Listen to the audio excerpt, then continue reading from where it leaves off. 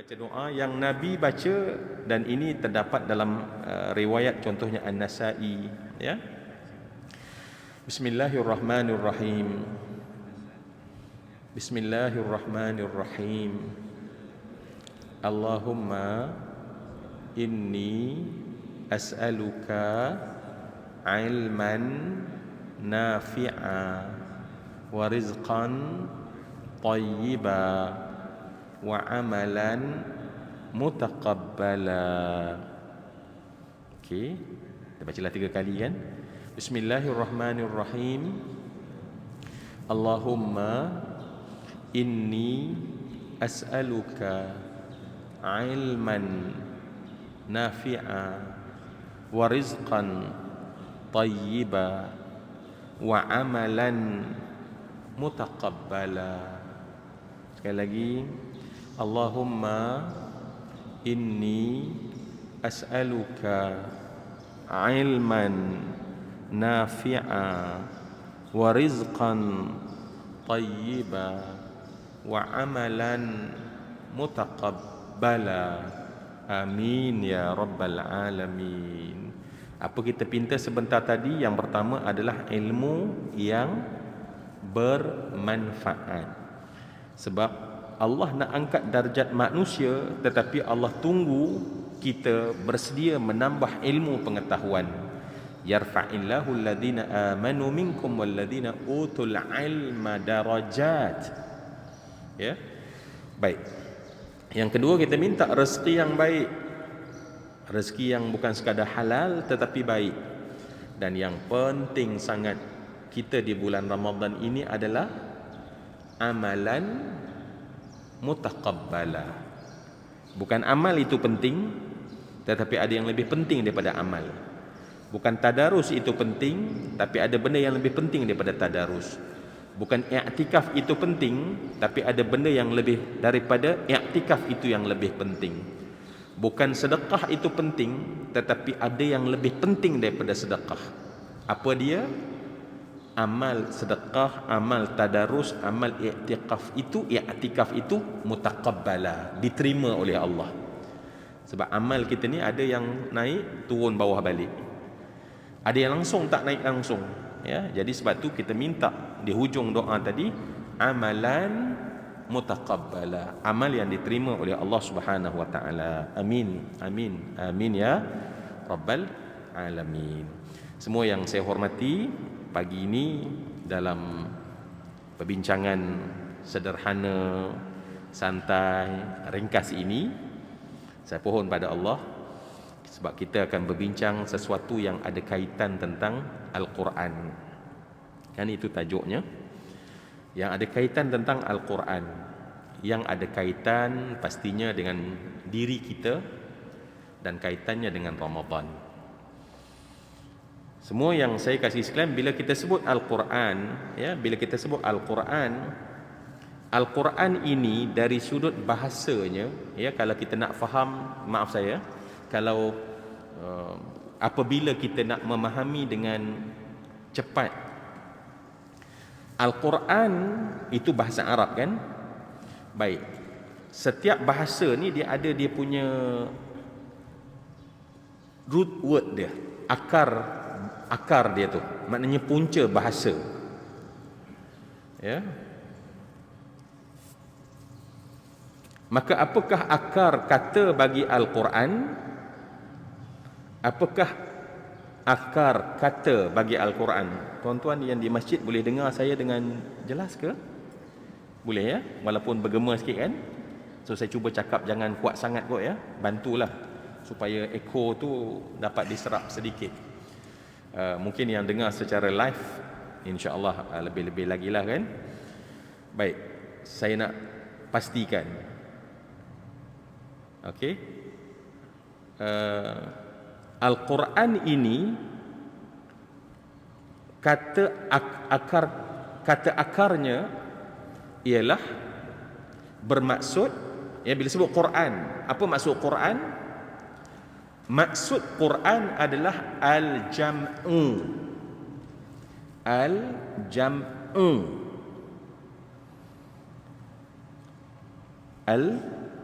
Tuan-tuan kena support saya supaya make sure that memang saya rasa saya sampai macam itulah yang saya sampai. Kadang-kadang ada ralat kat mana-mana, mungkin tuan-tuan tangkap lain, saya sampai lain. Dalam prinsip komunikasi, bukan apa yang kamu sampai, tapi apa yang orang dengar. Jadi tuan-tuan, Al-Quran dari sudut bahasanya adalah Masya Allah, cara sebutan Jemaah Masjid As-Salam memang tepat. Apa makna al-jam'u? Makna al-jam'u adalah himpun. Jadi Al-Quran itu maknanya adalah himpunan. Jadi Al-Quran itu maknanya adalah himpunan. Himpunan. Jadi kalau orang kata, apakah dia Al-Quran dari sudut bahasa?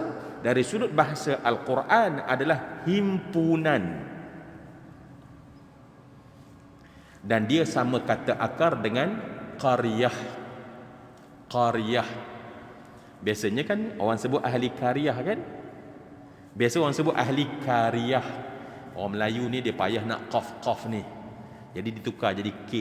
Jadi ahli qaryah, ahli qaryah. Ya. Ya. Lepas tu kita confuse pula bila jadi ada qaryah. Siapa pula qaryah? Dia ni ahli qaryah tapi dia juga seorang qaryah. Kan? Jadi qaryah tu yang baca Quran, perempuan. Ahli qaryah, ahli kampung. Ya, ahli sebuah kampung. Baik, kampung ni tuan-tuan, kata dasar dia sama dengan Quran. Kampung, qaryah, nampak? Qaryah, Quran, dia punya akar dia sama. Baik. Apa makna Quran tadi? Himpun. Baik, kenapa kampung dinamakan kampung? Sebab dia menghimpunkan rumah. Dia menghimpunkan rumah dan menghimpunkan orang. Maka Al-Quran dinamakan Quran sebab dia menghimpunkan kalam, surah, bab. Jadi sebab itu Quran dinamakan Quran sebab dia menghimpun kalam. Itu dari sudut bahasa. Okey? Baik. Adapun definisi, ini semua orang dah tahu tuan-tuan. Tuan-tuan janganlah marah saya. Alah ustaz, basic sangat ustaz bagi tahu kami ni. Kan? Janganlah tuan-tuan left group dulu. Kita perlahan-lahan, orang kata warm up perlahan-lahan. Nanti kita cuba minta pada Allah, ya Allah, berilah kami pertambahan. Rabbi zidni ilma, Rabbi zidni ilma. Saya nampak tuan-tuan datang dari jauh, naik tangga tuan-tuan. Oh ya Allah, pahala besarnya lah. Tok naik lift tadi kan, pahala besarnya lah ya Allah. Belum tentu kalau saya kira kalau kita pakai tongkat nak datang macam Tok datang kan, yang tak pakai tongkat pun tak datang kan. Tapi nak tunjukkan bahawa sebab pahala ni tuan-tuan, ada satu lagi prinsip yang disebut oleh Nabi, pahala bertambah ni dalam ramai-ramai ni tuan-tuan, datang ni pahala seorang dengan seorang tak sama tuan-tuan. Walaupun amalnya sama, antara yang menjadikan berbeza adalah kata Nabi, al-ajru ala qadrin nasab. Pahala ikut macam mana susah benda tu. Jadi ada orang susah, dia buat juga. Ada orang santai-santai, senang-senang. Dua orang ni tak sama pahalanya. Jadi kita minta, ya Allah, terimalah. Sebab nak dapat pahala dia kena terima dulu. Kalau amalan bukan mutaqabbala, tak ada cerita pahala, memang tak dapat pahala, kosong. Baik, semua yang saya kasih sekalian itu dari sudut bahasa, kan? Dari sudut ta'rifan makna Al-Quran adalah, okey ni orang kata nak refresh untuk jadikan mukaddimah perbincangan sahaja. Sebab bila saya sebut Quran, semua kita nampak dan tahu Al-Quran. Kita tahu, oh itu Quran, itu bukan Quran, itu buku, ini Quran. Oh ini Quran terjemahan, ini Quran mushaf. Baik, semua yang saya kasih sekalian, maka Al-Quran ini definisinya, ya, istilahnya adalah Kalau tadi dari sudut bahasa, maka dari segi definisinya adalah yang pertama sekali, Al-Quran huwa kalamullah. Ini definisi yang masyhur di kalangan para ulama ulumul Quran. Al-Quran ciri pertama, definisi pertama adalah kalamullah. Of course, dia bukan kalam manusia, dia bukan kalam makhluk, dia bukan juga kalam Rasulullah. Sebab Quran definisi pertama mesti dia adalah huwa kalamullah ta'ala. Ada yang menambah sebagai qadim, sebab pernah menjadi satu fitnah dalam ilmu Islam satu masa dahulu, menganggap bahawa Al-Quran ini bukan bersifat qadim tetapi bersifat hadis. Dia baharu, dia adalah dibuat oleh Allah.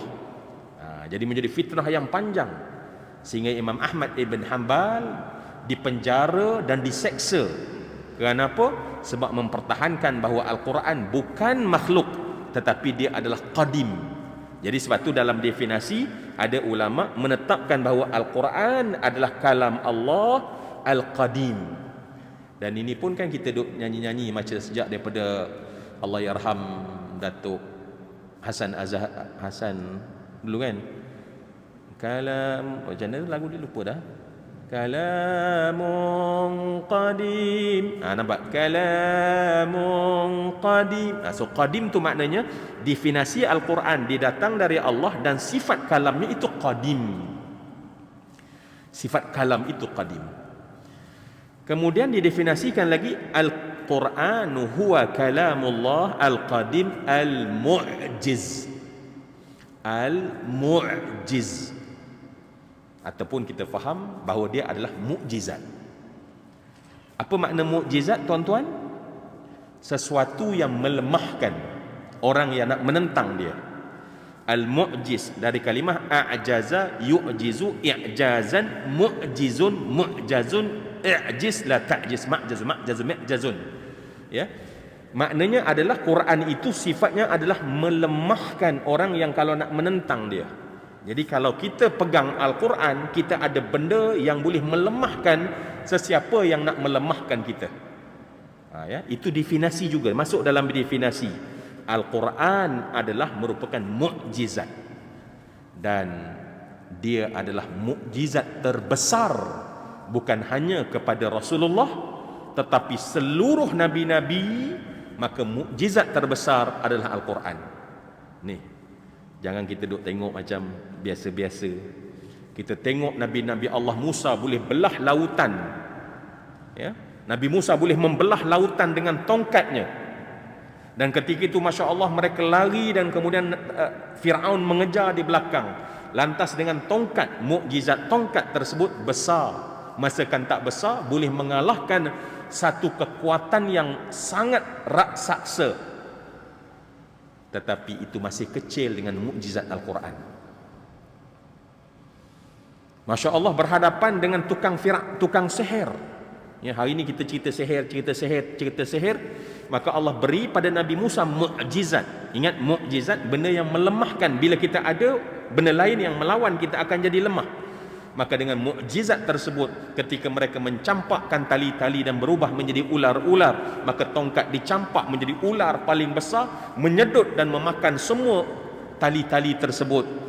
Dan besarnya mukjizat tongkat Nabi Musa, tapi kecil berbanding mukjizat Al-Quran. Jadi kalau kita berhadapan dengan orang yang jahat menyakiti kita, kita ada Quran. Sebab itu lebih besar daripada tongkat. Kalau ada sihir yang mungkin kita terpalit, terikat, terbelit dengan sihir, kita ada Quran, sebab Al-Quran lebih besar lagi daripada itu. Baik, apapun mukjizat, maka Al-Quran adalah mukjizat yang terbesar. Kita refresh benda ni, ya, supaya kita tengok Al-Quran, pandangan kita tak macam melihat buku. Pandangan kita melihat Al-Quran tak sama macam melihat sumber-sumber ilmu biasa, tetapi didefinisikan sebagai mukjiz, ya, kalam Allah yang kita boleh bicara di dunia ini, dan dia merupakan mukjiz. Okey, apa lagi definisi yang boleh kita bincangkan? Tak, tuan-tuan, okey ke kita buat bincang macam ni? Saya kena tanya feedback tuan-tuan ni lah. Kita pakai mask ni tuan-tuan, memang saya kena tanya secara, kan? Okey. Kalau tuan-tuan tak okey, tuan-tuan buat macam ni. So saya boleh skip je maklumat-maklumat yang ada ni. Ada buat macam ni ke? Oh bukan. Okey. Tuan Haji boleh ke bantu saya? Datuk boleh bantu saya? Alhamdulillah. Baik, tadi saya sebut beberapa definisi yang disebut oleh para ulama. Apa tadi yang pertama? Dia merupakan kalam Allah. Sifatnya adalah qadim, dan sifat yang berikutnya adalah merupakan mukjizat terbesar Allah. Tuan-tuan, boleh tak sekali lagi kita baca tambah doa? Sebab bila kita sebut, saya merasa ya Allah, betapa lemahnya diri ini melihat benda yang besar. Ya, kita kadang-kadang bila tengok 1 juta di hadapan kita, wow, besarnya. Tetapi Al-Quran jauh lebih besar, tapi kita tak nampak. Jom kita baca doa ini insya-Allah. Bismillahirrahmanirrahim. Bismillahirrahmanirrahim. Allahumma arina al-haqqa haqqan warzuqna ittiba'ah. Okey, warzuqna ittiba'ah. Tuan-tuan baca ke tak ni? Kuatlah sikit. Tak apa tuan-tuan, kuat tak apa. Masjid kita ni kosong tuan-tuan. Biar dia macam, sebab burung tadi bagi tahu dia kata tak berapa kuat. Kat atas kan bunyi tadi, kata apa dia orang ni kata ni, nampak gagah perkasa masing-masing tapi tak berapa kuat. Bukan saya cakap, burung beritahu. Sekali lagi, Bismillahirrahmanirrahim. Barulah melawan orang kata. Bismillahirrahmanirrahim. Allahumma arina al-haqqa haqqan warzuqna ittiba'ah wa arina al-batila batilan warzuqna tinabah. Okey, sekali lagi ya, kita baca sekali lagi. Sebab kita sedang cerita tentang mukjizat teragung terbesar, tapi hati kita tak nampak. Saya tak nampak, tak rasa, maka kita tak nampak tingginya Al-Quran, harganya Al-Quran, bertuahnya kita mendapat Al-Quran. Benda tu macam tak sampai sebab mata kita tu macam ada katarak yang berat. Tapi bukan mata ni tuan-tuan. Jangan tuan-tuan pula, alamak, macam kena ngaku je. Tak tuan-tuan, katarak dalaman lebih teruk. Katarak luaran simple, jumpa doktor rawat dengan izin Allah, cerah penglihatan. Tetapi kalau katarak dalaman, sampai bila kita tak nampak pun apa yang patut kita nampak. Last, Bismillahirrahmanirrahim. Allahumma arina al-haqqa haqqan warzuqna ittiba'ah wa arina al-batila batilan warzuqna ijtinabah. Amin. Kita minta tadi, ya Allah, perlihatkan aku ya Allah kebenaran sebagai sebuah kebenaran. Dan tuan-tuan, kebenaran yang tertinggi adalah Al-Quran. Dalam banyak kebenaran yang bersifat ranting, cabang-cabang, pecah-pecahan, induk segala kebenaran adalah Al-Quran. Sebab tu arinal haqqa, maknanya lihatlah ya Allah, kami melihat keagungan Al-Quran sampai seperti besar keagungan tersebut. Dan arinal batila, dan lihatlah batil, apa-apa saja benda yang tak baik, terutamanya menyanggahi Al-Quran, itu batil. Sebab batil ni tuan-tuan, kadang-kadang dia coating dengan benda baik sampai kita tak nampak dia itu batil. Kadang-kadang coating tu kan, di coating dengan benda baik sampai kita rasa macam batil ke baik. Maka ya Allah, perlihatkan yang tersembunyi tersebut yang batil adalah batil, maka rezekikanlah kami untuk menghindarinya. Ijtinabahu, amin ya rabbal alamin. Baik, apa lagi definisi yang diberikan oleh ulama tentang Al-Quran? Dia adalah munazzal ala lisanin nabi al-munazzal ala lisanin nabi. Maka Al-Quran itu dari Allah, sifat qadim, azali, merupakan mukjizat, diturunkan ke atas lidah Nabi Muhammad. Maknanya di alam ini, di bumi ini, pertama yang menyebut perkataan Quran adalah Nabi Muhammad. Maka munazzal ala lisanin nabi. Dan semua yang dikasih silan, yang saya harap sempat kita bincang nanti adalah di sana adanya kalimah nazzala, dan nazzala dari kalimah nuzul. Jadi kita biasa nuzul Quran. Ya. Mungkin kita sentuh juga dalam muzakarah kita pada pagi ini, insya-Allah. Walaupun benda ini bukanlah benda baharu, tetapi orang kata kita nak duduk dalam majlis ilmu, kita refreshkan dia, dan kita dalamkan, dan kita hantar dalam hati kita mesej penting sampai kita semat sampai mati. Betapa hebatnya Al-Quran, sampai kehebatan Al-Quran ada dalam 30 trilion sel yang ada dalam badan kita. Sebab sel kita dimerakam semua benda-benda tersebut. Kita nak macam tu tuan-tuan ya. Kalau hanya pada akal dia mungkin lupa, tetapi kalau dia dah masuk dalam sel, maka dia akan ingat kebesaran Al-Quran tu ada dalam diri kita. Dan kita minta, ya Allah, janganlah kami berpisah setelah Engkau berikan ia kepada kami. Baik. Bila disebut munazzal, ya, munazzal artinya adalah turun. Dan sebab itu bila sebut turun, turun terbagi pada dua. Bila sebut turun saja, turun itu, kalimah turun terbagi pada dua. Ya. Baik. Turun yang pertama adalah turun dalam bentuk sempurna satu Quran. Yang kedua secara munajjam, secara beransur-ansur. So ada dua bentuk turun. Kepada Nabi tersebut ada dua bentuk turun, maka fahamlah kita nuzul Al-Quran itu ada. Bila sebut nuzul, mana satu nuzul? Sebab dia ada dua. Ya kan? Faham ya? Nampak? Sebab ada orang confuse juga. Tuan-tuan, maaf saya, di Selangor kan, kita di Selangor ni cuti hari nuzul Quran kan? Berapa Ramadan? Berapa Ramadan?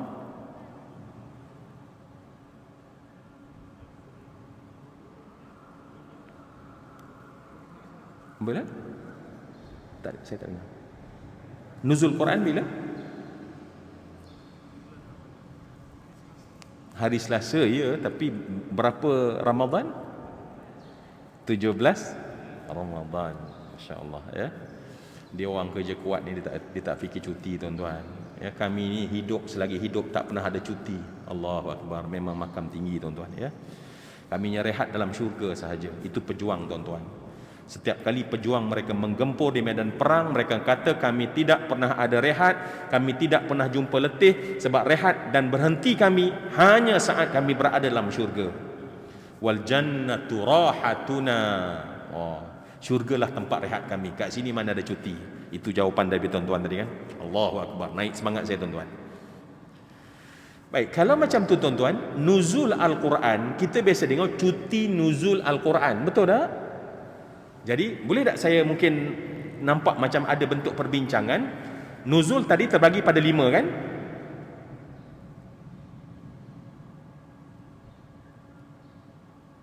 Terbagi berapa tadi? Betul kan kalau saya salah? Kalau saya tuan-tuan tak betulkan saya salah mengajar nanti. Dan tuan-tuan balik orang rumah tanya, berapa nuzul? 5 Ustaz cakap tadi. Sedangkan berapa? 2. Baik, kalau kita tengok dua, nuzul itu 2. Yang disebut cuti nuzul Quran tu hak mana satu? Nuzul yang A ataupun nuzul yang B? Nuzul yang satu Al-Quran atau yang munajjaman? Mana satu tuan-tuan? A ke B? A ke B? A ke B? A. Baik. Kalau jawapan tuan-tuan A, maknanya nuzul ini sesuai dengan hujah dalam surah Al-Qadar. Surah Al-Qadar, Inna anzalnahu fi lailatul qadr. Nampak tak? Sesungguhnya kami nuzulkan Al-Quran pada malam Al-Qadar. Wa ma adraka ma lailatul qadar. Okey, cerita tentang lailatul qadar. Jadi adakah jawapan tuan-tuan adalah nuzul yang A, yang maknanya diturun seketul Al-Quran? Kalau seketul Al-Quran pada malam Lailatul Qadar. So, kita buat satu lagi conclusion. Maka Lailatul Qadar bila? 17 Ramadan. Pening-pening nak tunggu Lailatul Qadar. Kalau jawapan kita macam tu. Kalau jawapan kita adalah Quran diturunkan dalam jumlatan tammatan, maka dia turun pada malam Al-Qadar. Maka pada malam Al-Qadar itu, sebab tuan-tuan kata turun seluruh isi Al-Quran. Jadi tuan-tuan, agaknya betul ke jawapan kita, sebab saya nak write ni tuan-tuan.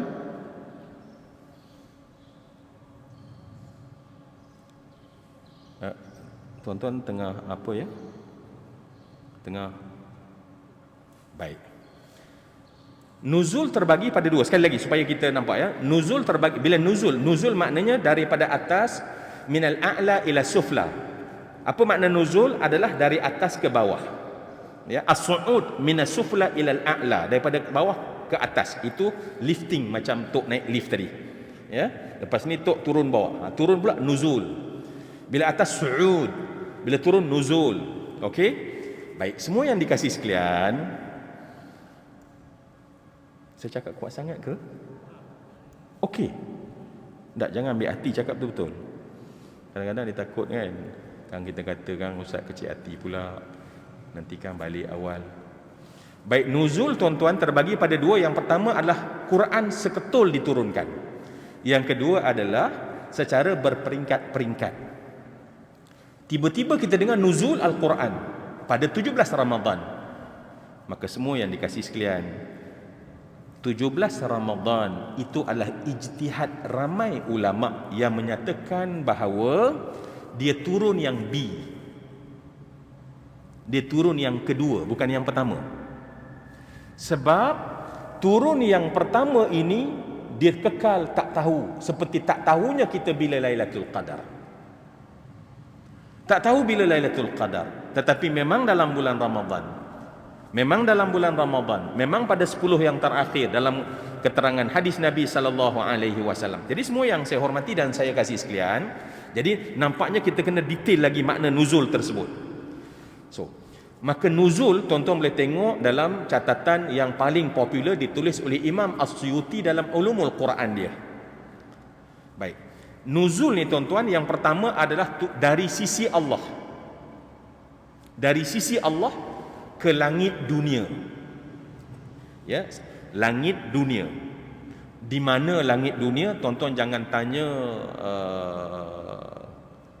even jangan tanya pada angkasawan negara. Mungkin bukan itu langit dunia. Sebab langit dunia adalah dalam ilmu Allah.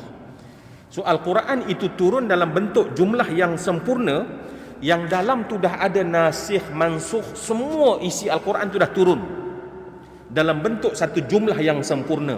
Bila turun? Pada malam Al-Qadar. Bila dia turun kita tak tahu, tetapi pasti di bulan Ramadan.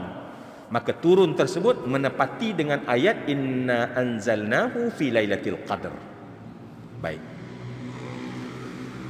Kemudian nuzul yang kita cuti pada hari Selasa pada 17 Ramadan itu nuzul yang kedua. Sebab nuzul yang kedua adalah penurunan dari langit ke dunia, langit dunia kepada Nabi. Maka penurunan yang pertama tersebut ditanda dalam ijtihad sebagai pada 17 Ramadan.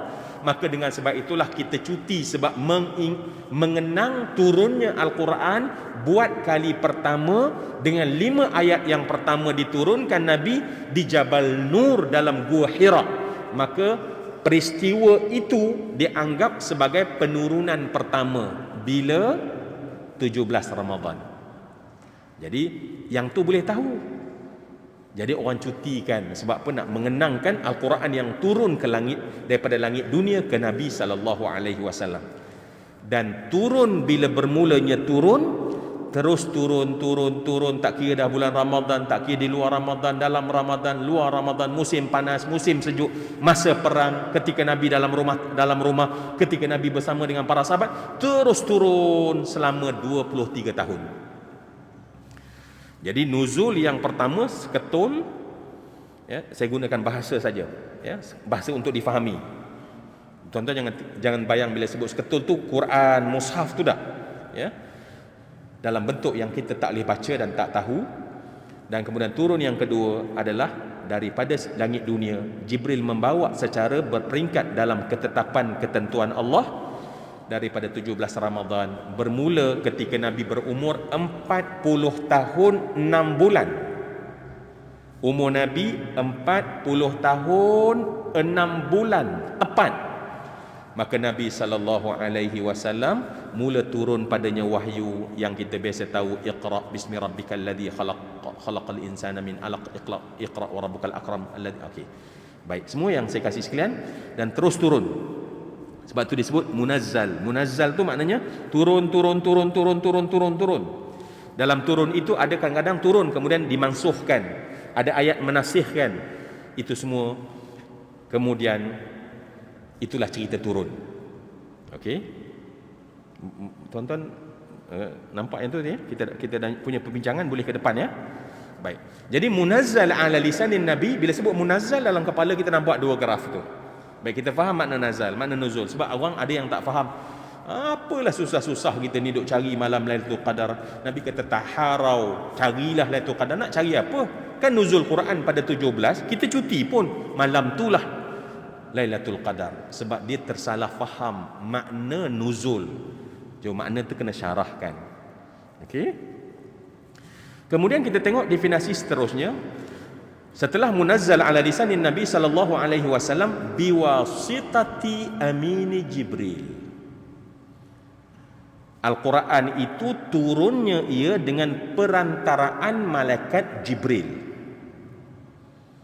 Dan Jibril ini kita semua tahulah, saya tak payah nak terang banyak. Jibril, ya, Jibril ini Jibril bermaksud hamba Allah. Sebab itu adalah bahasa Hebrew, Jibril adalah bahasa Ibrani yang mana bermaksud hamba Allah, ataupun dalam bahasa Arab Abdullah. So Jibril adalah hamba Allah. Sebab bahasa Hebrew ni tuan-tuan, kalau il tu mana Allah. Il. Tuan-tuan tengok tak cerita Superman? Okeylah, tuan-tuan tak nak jawab. Saya tanya puan-puan. Puan-puan tengok tak cerita Superman? Nama dia siapa? Nama Superman siapa? Nama dia di planet Krypton. Ini cerita mengarut ni. Di planet Krypton namanya Jor-El, Kal-El. Dia ada L belakang tu. Sebab dia orang bawa cerita tu adalah cerita dalam naratif orang-orang Hebrew. Jadi Kal-El, Jol-El, saya tak ingatlah L, semuanya L. So L itu daripada il. Ya, kalau kita belajar dalam tafsir, kita akan dapati bahawa ketika nanti ketika Bani Israel itu berpecah, nanti dia pecah dua, dia punya kerajaan, satu selatan, satu utara. Yang selatan dan utara mereka ada panggilan terhadap Tuhan. Ada yang panggil El sebagai Allah, ada yang memanggil Allah sebagai Yahweh. Ya. Baik. Jadi Jibril ini adalah malaikat. Tapi tuan-tuan, walaupun sebenarnya kat situ ada sedikit ralat lah. Dalam bahasa Arab tuan-tuan, malaikat ini adalah jamak, ramai. Dia tak boleh seorang, satu. Kalau satu, dia panggil malak. Kalau ramai, baru jadi malaikah. Singular malak. plural malaikah, tapi orang Melayu hantam saja. Ya, tapi tuan-tuan janganlah pula nanti salah. No, biasa je. Benda yang dah kita faham jangan kita rungkai. Okey, ya, banyak daripada kefahaman. Tetapi kalau betul nak cerita, malaikat adalah plural, singularnya adalah malak. So malaikat tu banyak sebenarnya. So kalau satu je kita tak boleh panggil malaikat Jibril, malakut Jibril. Kalau satu malaikat kita panggil malak. Kalau ramai, malaikah. Apa makna malaikat, tuan-tuan? Apa makna malaikah? Malaikah dari kalimah aluk. Malakun dari kalimah aluk. Aluk bermaksud yang melaksanakan utusan. Baik, disebut malaikat, maknanya dia pelaksana utusan. Yang menurunkan hujan, dilaksanakan utusan Allah. Dia tu sebagai melaksanakan utusan, melaksanakan perutusan, maaf saya, melaksanakan perutusan. Baik. Okey, kita pergi cepatlah ya Jibril, nanti tak sempat nak makan tengah hari. Ini puasa, masya-Allah. Maaf saya. Sebab masa kita pun bukan panjang sangat kan? Sampai pukul berapa? 11 ya?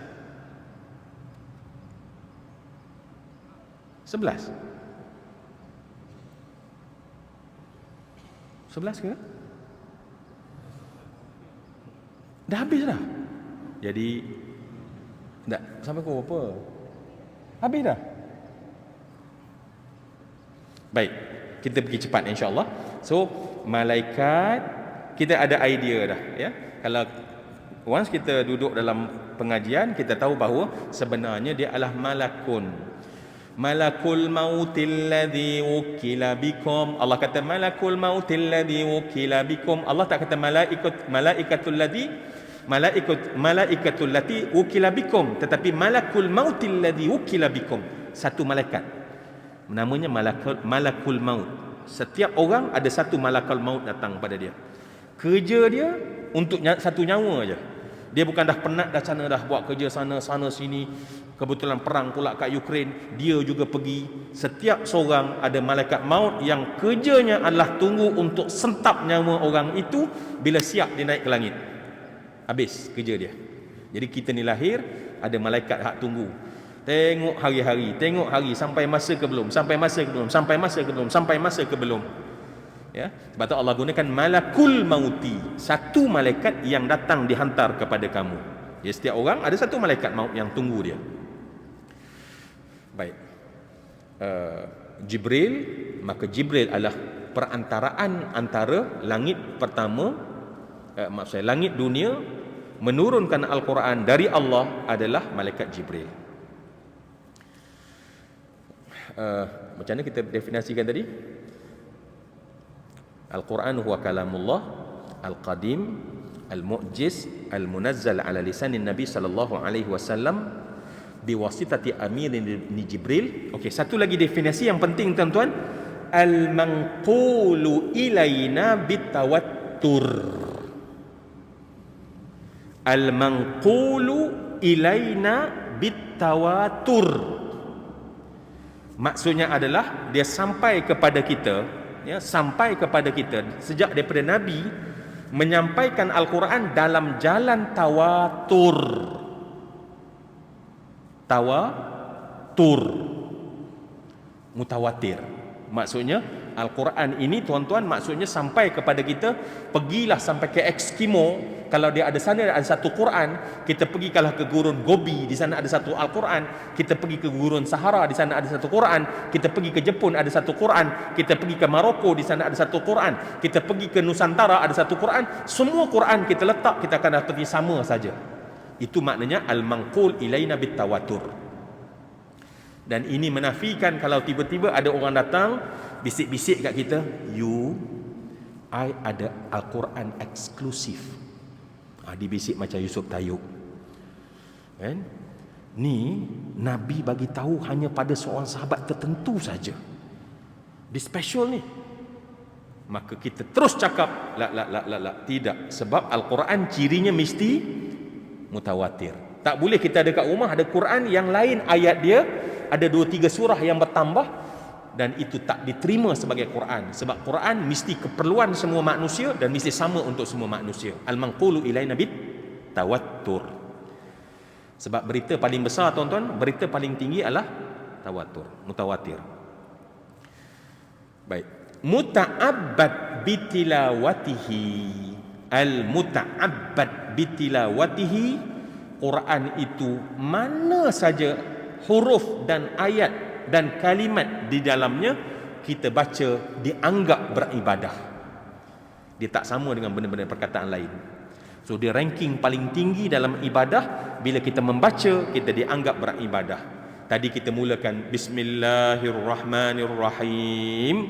Itu satu ayat dari Allah, kita telah membacanya dan mendapat ibadah. Okay? Baik. Kemudian al-maktub fil masahif. Definisi Al-Quran juga, kemudian Al-Quran itu telah ditulis di atas mushaf. Tuan-tuan, boleh tak saya berapa surah semua dalam Quran? 114 surah.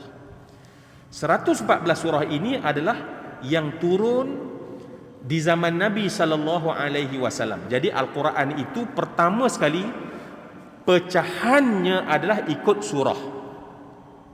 Boleh? Al-Quran pertama sekali dia punya pecahan dia itu ikut surah. Tapi tuan-tuan biasa tak kita dengar ada satu lagi pecahan Al-Quran, dia ikut apa? Quran tu dipecah-pecahkan ikut apa? Maksudnya dipecahkan dia punya dia segmen-segmenkan itu. Tadi kita katakan bahawa dia ikut surah 114 surah. Itu zaman Nabi sallallahu alaihi wasallam. Ada tak satu lagi cara Al-Quran dipecahkan?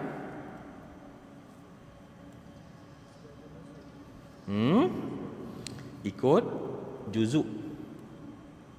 Ikut juzuk. Juzuk itu berdasarkan kepada helai mushaf. Dibuat secara saksama bagi semua, maka akhirnya bila dibilang ikut mushaf, maka jadilah Al-Quran itu 30 juzuk, dan ini bukan ada di zaman Nabi. Just sekadar orang kata catatan tepi saja. Memecahkan Al-Quran ikut bilangan suhuf, mushaf 1, 2, 3, 4, 5, maka di sana ada dia mengikut di zaman kemudian. Ya, siapa yang memulakan dia? Memulakan Al-Quran pecah ikut juzuk. Seorang gubernur dalam kerajaan Islam zaman Umayyah yang disebut namanya adalah Hajjaj Yusuf As-Saqafi. Dia kemudian Quran itu dia nampak dia pecahkan ikut 30 juzuk sampai hari ini. Jadi kita nampak hari ini kita habis 1 juzuk. Maka di zaman Nabi tak ada pecah 1 juzuk, 2 juzuk, 3 juzuk, 4 juzuk sampai 30 juzuk. Maka di zaman Nabi semua yang kalau ikut juzuk ni tuan-tuan tengok ada satu ain kadang-kadang. Kadang-kadang kita baca kita jumpa satu ain. Itu tanda-tanda menunjukkan bahawa telah 1/8 daripada 1 juzuk. Dia akan bagi 4 rubuk. Rubuk bermakna 1/4. So mushaf tu 1/4, kita dah baca 1/4. Dulu kalau kita belajar mengaji, kita habis 1 rubuk. Kemudian bila pecah bergabung 4 rubuk, 8 rubuk 1 juzuk. Itu bagaimana Quran tu dikira. Tetapi ijtihad ini tidak ada masalah. Kenapa? Sebab orang tak nak kita semua tergolong dalam satu benda yang kita takut tentang Al-Quran. Ittakhadha hadzal Qur'ana mahjura. Jadi orang zaman dulu dia takut Quran ni kalau satu hari dia tak baca. Maka caranya adalah mereka baca 1 rubuk sampai 8 rubuk satu hari, maka habis 1 juzuk. Maka normal orang awam di zaman dulu 1 juzuk satu hari. Normal. Zaman Nabi mereka tak pecah ikut itu, mereka pecah ikut 7. Dia pecah ikut 7. Sebab dia orang khatam Quran, orang normal seminggu sekali. Zaman kemudian 30 hari sekali khatam. Zaman sekarang nasib baik ada Ramadan. Khatamlah sekali sebulan, maknanya setahun sekali khatam. Setahun. Zaman dulu, sebab tak nak tergolong, Nabi mengadu pada Allah, umat aku mengambil Al-Quran, ittakhadha hadzal Qur'ana mahjuran. Mereka dah tak nak dengan Al-Quran, mereka lari daripada Al-Quran, mereka tak syok baca Quran, mereka syok baca IG. Itu saya tambahlah Facebook, WhatsApp, TikTok, tak baca dah Quran. Allah. Jadi ijtihad tu sebab tu ulama masih pakai. Walaupun memang kalau kita baca juzuk, tuan-tuan, apa dia punya tabiat juzuk? Kadang-kadang cerita tu tengah cerita tapi dia berhenti. Jadi sepatutnya tak boleh kita nak betul-betul selesai satu surah. Zaman dulu dia pecah satu surah, 3 surah, 5 surah, 7 surah, 9 surah, 11 surah dan 13 adalah semua ya. So dia pecah 3. Satu surah surah Baqarah dulu, lepas tu 2 surah panjang, 3 surah panjang, 5 surah panjang, 7 surah panjang. Okey, dia ikut macam tu. Maka akhirnya kebiasaan seminggu sekali khatam Quran. Dan imam kita, Imam Syafi'i, satu hari khatam 2 kali Al-Quran di bulan Ramadan. Allahu Akbar ya. Tuan-tuan macam tak terkejut pun? Yalah, kami pun sama juga. Oh ya kan, patutlah tak terkejut. Kami pun alhamdulillah duha tadi dah khatam sekali dah. Zuhur nanti insya-Allah 2 kali khatam. Nak ceritanya, masya-Allah, zaman dahulu generasi Al-Quran disebut. Itulah maksud generasi Al-Quran, maknanya generasi dengan Al-Quran tak berpisah. Generasi sekarang dengan Al-Quran, masya-Allah, sangat jarang, sangat cair, cerai.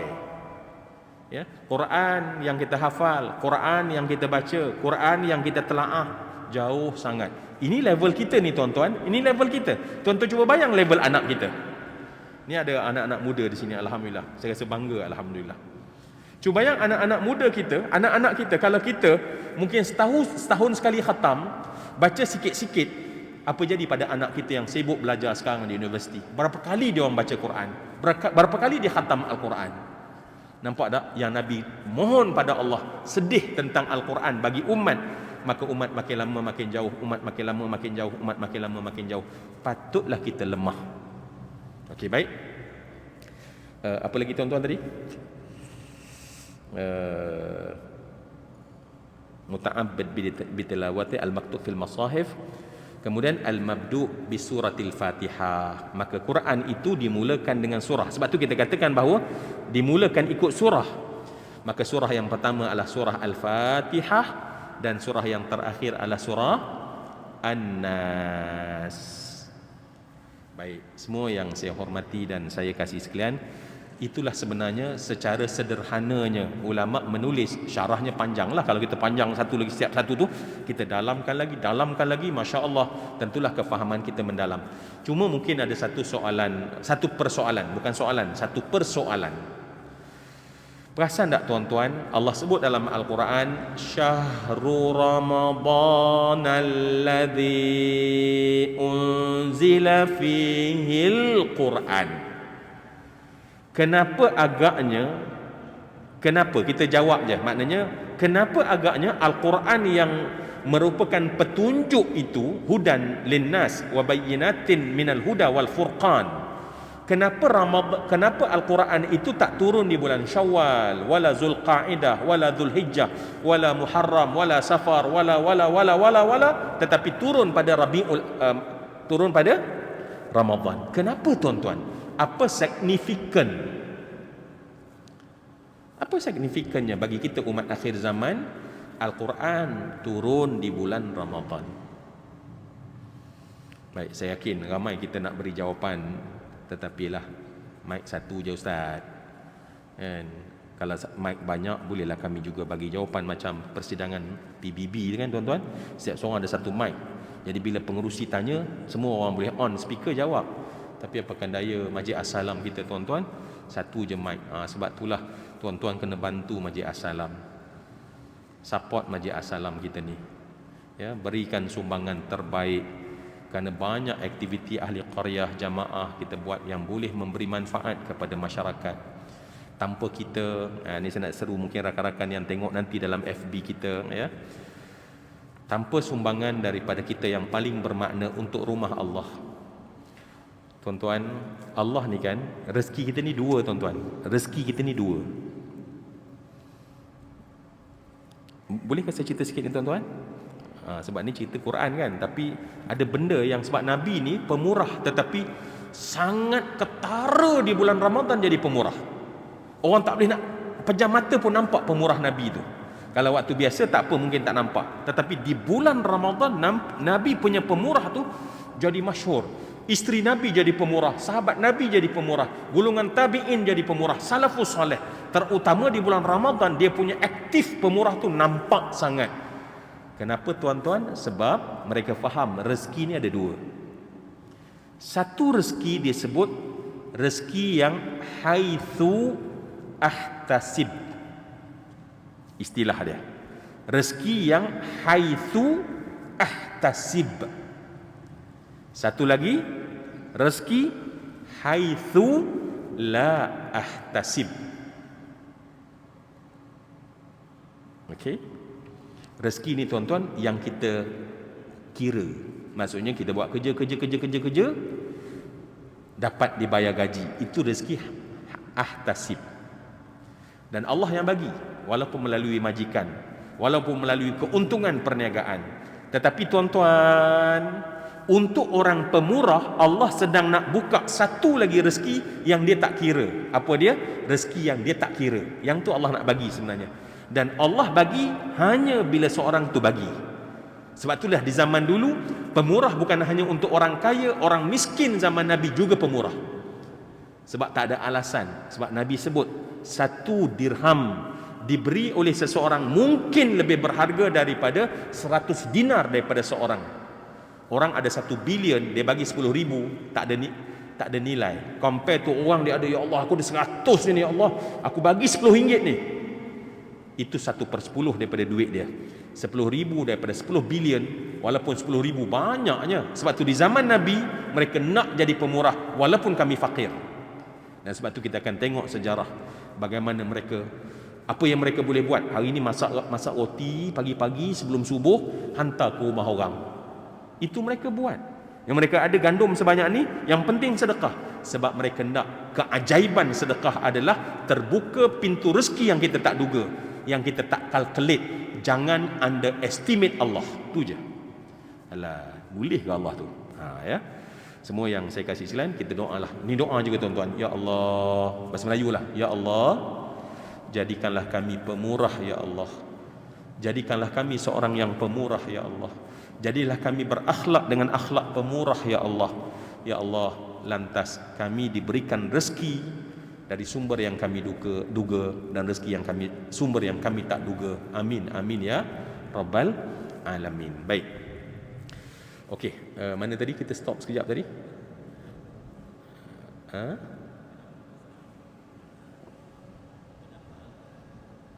Masya Allah. Tengok ya, beza kan saya dengan tuan-tuan. Saya lupa dah, tapi tuan-tuan ingat. Betul lah sabda Nabi SAW, nadarallahu mra'an sami'a minna syai'an faballaghahu kama sami'ahu farubba muballighin aw amin sami'in. Baik, Nabi kata Allah beri cahaya orang sampai macam yang didengar. Orang yang disampai itu berapa ramai lebih bijak daripada orang menyampai. Benar Nabi SAW. Jadi tadi saya dah terlupa, tuan-tuan, saya diingatkan. So sebagai menjawab, ini mungkin waktu kecederaan lah kot. Ya, waktu kecederaan kan? Kenapa Al-Quran itu yang merupakan cahaya dan petunjuk turun pada bulan Ramadan, sedangkan bagi kita umat Islam, Nabi menyebutkan tentang ketika ditanya oleh malaikat Jibril, wamal Islam, al-Islamu an tashhada an la ilaha illallah wa tuqimas salah wa tu'tiyaz zakah wa tasuma Ramadan wa tahijjal baita in istata'ta ilahi sabila. Maknanya bila Ramadan puasa. Baik, semua yang dikasih lain jawapan cepat daripada saya. Jawapan cepat daripada saya adalah Al-Quran itu cahayanya perlu ditangkap oleh hati yang bercahaya, barulah dia memberi petunjuk kepada kita. Al-Quran yang begitu hebat, begitu agung, dia akan memberi manfaat cahaya kepada kita dengan syarat hati kita bercahaya terlebih dahulu. Jadi kena bertembung di antara cahaya Al-Quran dengan cahaya daripada hati manusia. Dan untuk makluman kita semua, hati manusia cahayanya sangat terang. Kalau tuan-tuan nampak laser, cahaya dalam hati kita lebih terang daripada laser. Cahaya yang memang Allah lahirkan dalam hati seorang manusia, dia ada cahaya, dia ada nur. Dan nur tersebut Allah sematkan dalam hati. Sebab tu kalau ringkasnya tuan-tuan, kalau kita melihat anatomi hati kita, hati itu tuan-tuan, kalau saya petik daripada apa yang dikatakan oleh Al-Hakim At-Tirmidzi, seorang ulama dari kalangan salafus soleh zaman lampau, yang membagikan hati manusia ini ada 4 lapisan. 4 lapisan. Sebab Al-Quran menggunakan nama-nama 4 nama terhadap Al-Quran bila cerita tentang hati. Tuan-tuan jangan lupa maksud saya tadi, Al-Quran adalah cahaya, tetapi dia kena synchronize dengan cahaya hati. Barulah Al-Quran itu memberi petunjuk kepada kita. Sebab tu Allah gunakan perkataan muqaddimah di dalam surah Baqarah. Tuan-tuan, surah Baqarah ni kata ulama sesimpelnya adalah bila saat kita minta ihdinas siratal mustaqim, hidayahkan kami jalan lurus, surah Baqarah dijelaskan makna hidayah.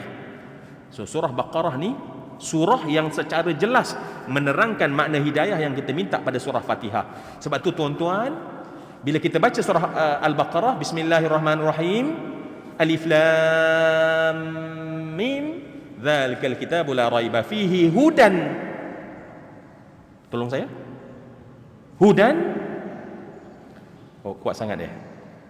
Ustaz, janganlah jekah-jekah. Tak, tuan-tuan bersemangat. Hudan lil muttaqin. Tuan-tuan tolong ambil kalimah muttaqin, tuan-tuan letak kat sini jap. Ya.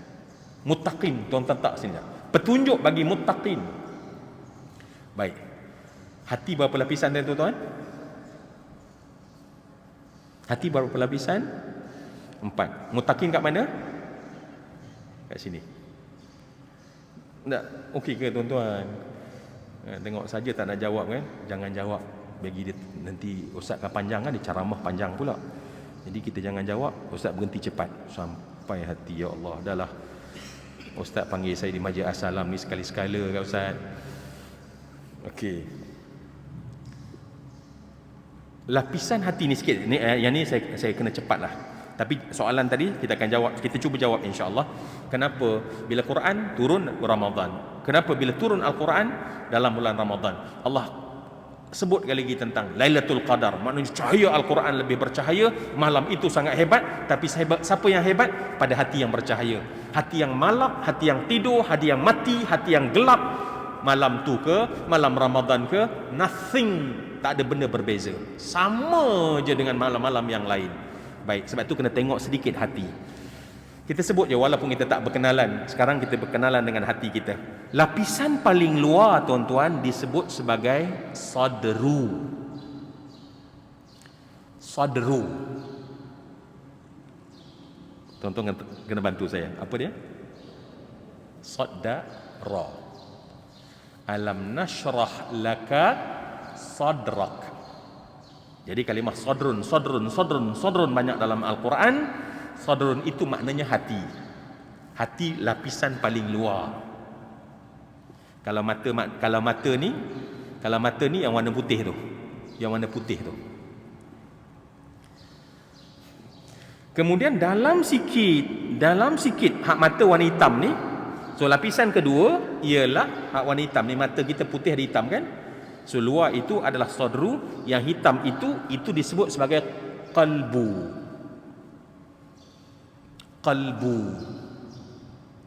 Ini popular kan? Sampai jadi bahasa Melayu kan? Kamu di dalam kalbuku. Kan? Kalbu kan? Asalnya kalbu, tapi orang Melayu mana nak kalbu payah. Kalbuku. Baik. So yang pertama tadi apa tadi? Allahu Akbar. Yang pertama tadi sadru. Yang lapisan kedua. So lapisan ketiga fuadu. Fuad.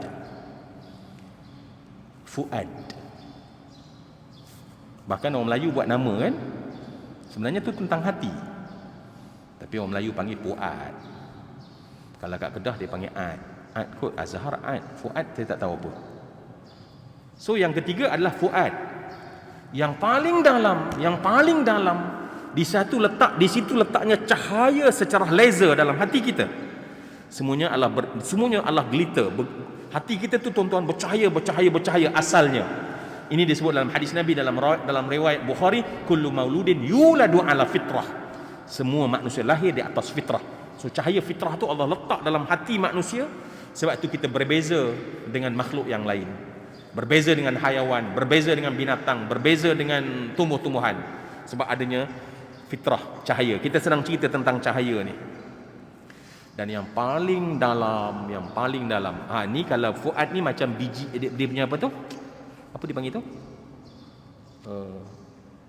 Kanta tu ya. So yang tu dia punya kanta ya. So itu adalah yang okey, itu fuad. Yang paling dalam, lubang yang paling dalam adalah lubbu.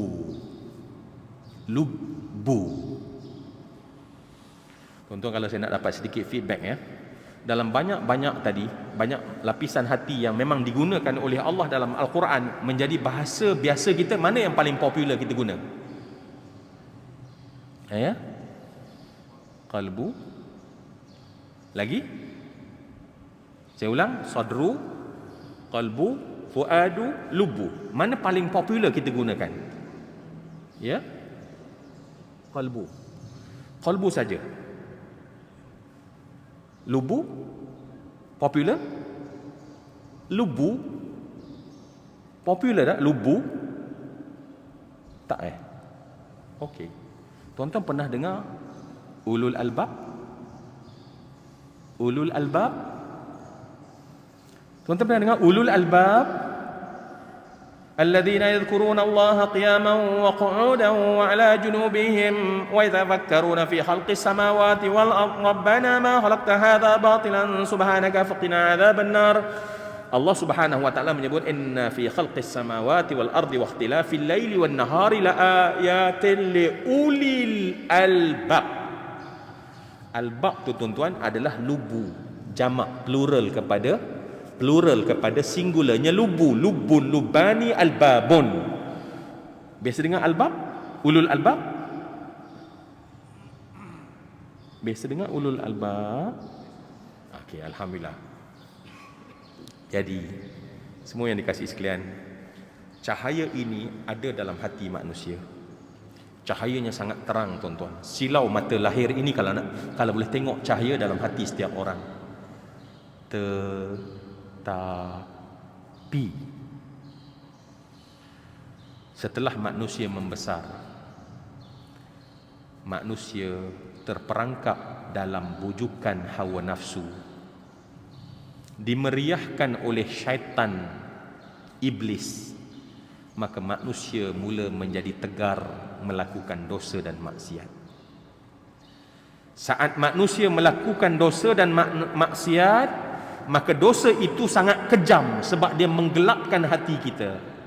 So cahaya yang begitu terang seperti laser dalam kehidupan manusia itu, akhirnya dengan sebab satu dosa, kallabal ron, satu dosa yang kita buat, satu bintik hitam, satu dosa yang kita buat, satu bintik hitam, satu perkataan yang menyakitkan hati ibu kita, satu bintik hitam, satu kederhakaan kita pada Allah, satu bintik hitam, satu kederhakaan kita ke isteri kepada suami, satu bintik hitam, satu pengabaian kita, satu bintik hitam, satu penipuan kita, satu bintik hitam, satu saat kita mencuri daripada harta, daripada perniagaan kita, itu bintik hitam. Cuba bayang berapa banyak bintik hitam yang melekat dalam hati kita sejak daripada balik sampai pada hari ini.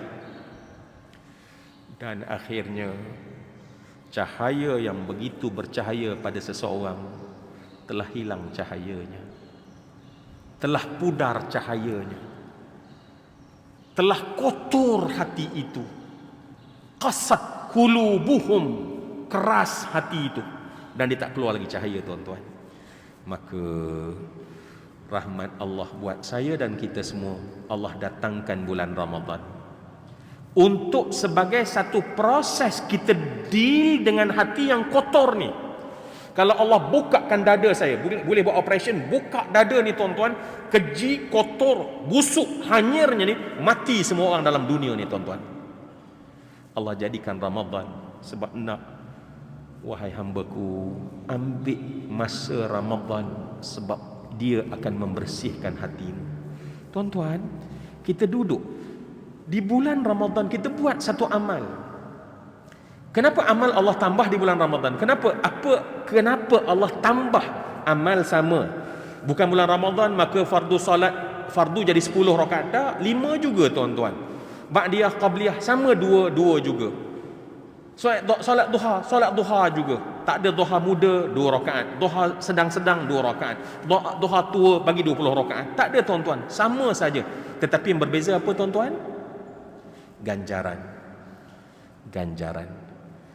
Baik, sebab saya nak jawab sikit lagi tuan-tuan, saya harap, walaupun ya Allah ya, kadang-kadang masa ni kejam kan.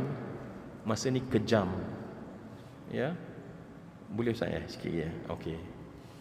Lah ustaz memang baik, tapi yang lain ni ya Allah, kan ada perancangan hari cuti kan. Baik. Kenapa di bulan Ramadan Allah jadikan satu ketetapan Allah bagi kita dengan ditambahkan pahala? Untuk makluman saya dan kita yang saya kasihi, sebenarnya yang boleh membersihkan kotor hati itu ialah pahala kita. Sebab tu pahala tu penting. Pahala penting sebab 2 benda. Saya sebut pada diri saya ni, Zul dengar betul-betul, ni lalai ni. Pahala itu penting sebab 2 benda. Yang pertama, pahalalah satu-satunya currency yang menyelamatkan kita di hari akhirat, tak ada lain. Sebab tu Allah sebutkan bahawa wal baqiyatus salihatu khairun 'inda rabbika thawaban wa khairun amala. Tak ada benda yang akan menyelamatkan kita. Ya, wal baqiyatus salihatu khairun 'inda rabbika thawaban. Yang buat baik menjadi pahala, thawaban itulah yang terbaik-baik. Kalau kamu nak angan-anganlah tentang pahala. Baik. Dan pahala ni tuan-tuan akan function di hari akhirat. Tentu kita kata jauh lagi. Kalau budak muda kata do jauh hidup. Tuan-tuan, akhirat tu sangat dekat bagi orang yang mati. Mati je dia tuan-tuan. Mati je dia hari ni, pahala mula function. Banyak pahala, berbahagialah dia. Macam banyak duit lah. Tak ada pahala seperti orang fakir. Fakir di dunia tak apa tuan-tuan. Fakir di dunia akan ada orang NGO lah tolong. Hari akhirat tak ada NGO tolong tuan-tuan. Oh, tak ada NGO buat bagi pahala. No. Semua orang pegang pahala masing-masing. Semua orang berjuang. Kalau tiba-tiba dia tu ngumpat aku rupanya, aku nak pahala dia. Isteri dakwa suami, suami dakwa isteri hari akhirat. Anak yang kita cembung, yang kita dukung, yang kita besar, habis gaji kita bagi besarkan dia, hari akhirat dia dakwa kita tuan-tuan. Sebab dia nak pahala kita. Sebab itu saja penyelamat. Sebab itu pahala berfungsi saat kita mula masuk kubur. Allahu Rabbi. Sebab tu tak tahulah ya, kita ni prepare ke tak dengan pahala. Sembang kencang, tapi pahala Allahu Akbar. Lepas tu pahala pula, kerana ada sikit-sikit dibuang pula tu, mengutuk orang, maki orang, tulis dalam FB macam-macam. Semua tu adalah bocor amalan yang kita buat, kita tak nampak. Dunia best. Kenapa? Best seronok, sembang bukan main. Allahu Rabbi. Semayang tapi riak. Baca Quran tapi riak. Semua itu bocor tuan-tuan. Tak ada pahala di hari akhirat. Semua benda nak share dengan orang. Umrah pun kita nak share dengan semua orang. Masuk raudah nak share dengan semua orang. Supaya bocor pahala kita, kosong depan Tuhan. Itu adalah agenda, misi dan visi iblis. Ya, semua benda untuk dunia. Oh best, oh hebat, you pergi umrah banyak kali. Umrah patutnya kita tu dekat dengan Allah, jadi bahan kebanggaan. Bila bahan kebanggaan, akhirat tak ada tuan-tuan. Akhirat kosong, nol. Siapa yang nak nol di hari akhirat? Itu fungsi pertama, pahala. Fungsi yang kedua, ni yang ada kaitan dengan Ramadan. Fungsi yang kedua ialah dia adalah pembersih kotoran hati. Pahala, sebab tu makin besar pahala, makin berkuasa dia membersihkan hati kita. Sebab tu Allah tambahkan pahala supaya kita dapat mampu 30 hari bersihkan sebersih-bersihnya hati kita yang kotor. Bolehlah tuan-tuan, kalau saya nak buat perbandingan, pahala kita itu dia seperti sabun basuh. Baju kita kotor kan, kita pakai sabun basuh kan tuan-tuan? Tapi bila kita tengok balik dosa kita, ini bukan kotor biasa tuan-tuan. Kita kena pakai Clorox. Puasa pahala di bulan Ramadan macam Clorox. Ia akan sental kotor yang ada dalam hati ini tuan-tuan. Kita tak rasa tuan-tuan, sebab kotor tapi kalau kotor lahir kita nampak kan, tudung kita kotor ya Allah, jubah kita kotor ya Allah. Kita nampak, kita rimas bau busuk dan segala macam. Tapi kotor dan busuk dalam kita tak rasa, sebab tu kita okey. Kan itu semua yang saya kasih sekalian. Allahu Akbar. Jadikanlah ya Allah amal kami buat. Sebab tu saya baca doa tadi, mutaqabbalan tu penting. Sebab bila amal mutaqabbal, barulah dia jadi Clorox, bersihkan. Okey, baik. Masih ingat lagi tuan-tuan hati tadi? Masih ingat tuan-tuan hati tadi? Baik. Dan pahala membersih hati kita, innal hasanata yudhibnas sayyi'at. Innal hasanat yudhibnas sayyi'at. Benda baik dia buang yang kotor-kotor. Ya, itu prinsip. Semua yang saya hormati dan saya kasih sekalian, maka sebab itulah Allah kata, kutiba alaikumus syiyamu kama kutiba alal ladzina min qablikum la'allakum tattaqun. Dijadikan puasa kepada kamu wajib untuk kamu menjadi orang bertakwa. Tuan-tuan nampak tak? Quran untuk siapa? Saya simpan kat sini tadi, muttaqin. Quran adalah untuk orang takwa. Puasa adalah untuk takwa. Kerana ketika kamu buat semua yang kita bincang ini, dengan sebab puasa kamu lakukan amal di bulan Ramadan, digandakan amalan, maka bersihlah hati tersebut. Maka bila bersih hati tersebut, semua yang dikasih sekalian, maka lahirlah balik fitrah manusia. Dan fitrah seorang manusia, semua yang saya hormati dan saya kasih sekalian, boleh tak saya nak tanya sikit lagi tuan-tuan, fitrah ni, apa makna fitrah? Fitrah, apa makna fitrah? Apa makna fitrah? Sesuatu yang kembali pada asal atau semula jadi. Fitrah adalah semula jadi. Allah fatiris samawati wal ard. Allah mencipta bumi secara semula jadi, langit dan bumi. Dan bila sebut fitrah adalah ciptaan semula jadi. Baik tuan-tuan, secara semula jadi, secara semula jadi tuan-tuan, manusia ni dia ada dua benda dalam hati dia. Cuba kita kenal sikit manusia. Secara semula jadi dia nak apa tuan-tuan? Secara semula jadi. Secara semula jadi. Oh. Secara semula jadi. Secara semula jadi manusia nak baik. Semula jadi. Sebab ada cahaya fitrah tadi.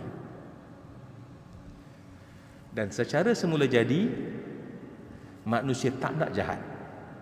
Semula jadi. Tuan-tuan tolong saya ni last lah, sebab ada yang bagi tahu saya kena stop dah Ustaz, kami ni lepas ni nak kena ke banyak urusan lain. Okey, tak apa tuan-tuan. Tuan-tuan, apa makna takwa? Khatib atas mimbar dia akan baca. Apa makna takwa tuan-tuan? Takwa ialah buat yang disuruh. Yang disuruh ialah benda baik, tinggal apa yang dilarang. Itulah makna takwa dan itulah makna fitrah. Jadi kalau bergabung semua ini, maka jadilah semua yang saya hormati, Ramadan puasa di dalamnya, Al-Quran turun menjadi petunjuk, sebab hati kita dah menjadi hati yang bertakwa dengan proses yang kita lakukan sebentar tadi. Baik, cukuplah sekadar itu. Masya Allah ya. Biasanya waktu kecederaan 9 minit je panjang pun, ini sampai ke 20 minit. Ya Allah, beratnya ujian kami ya Allah. Jadi tuan-tuan pahala banyaklah tu. Baik, cukuplah sekadar itu tuan-tuan pertemuan kita di pagi ini. Ya Allah, jadikanlah seluruh bangunan Masjid As-Salam yang indah ini saksi buat kami di hari akhirat nanti ya Allah.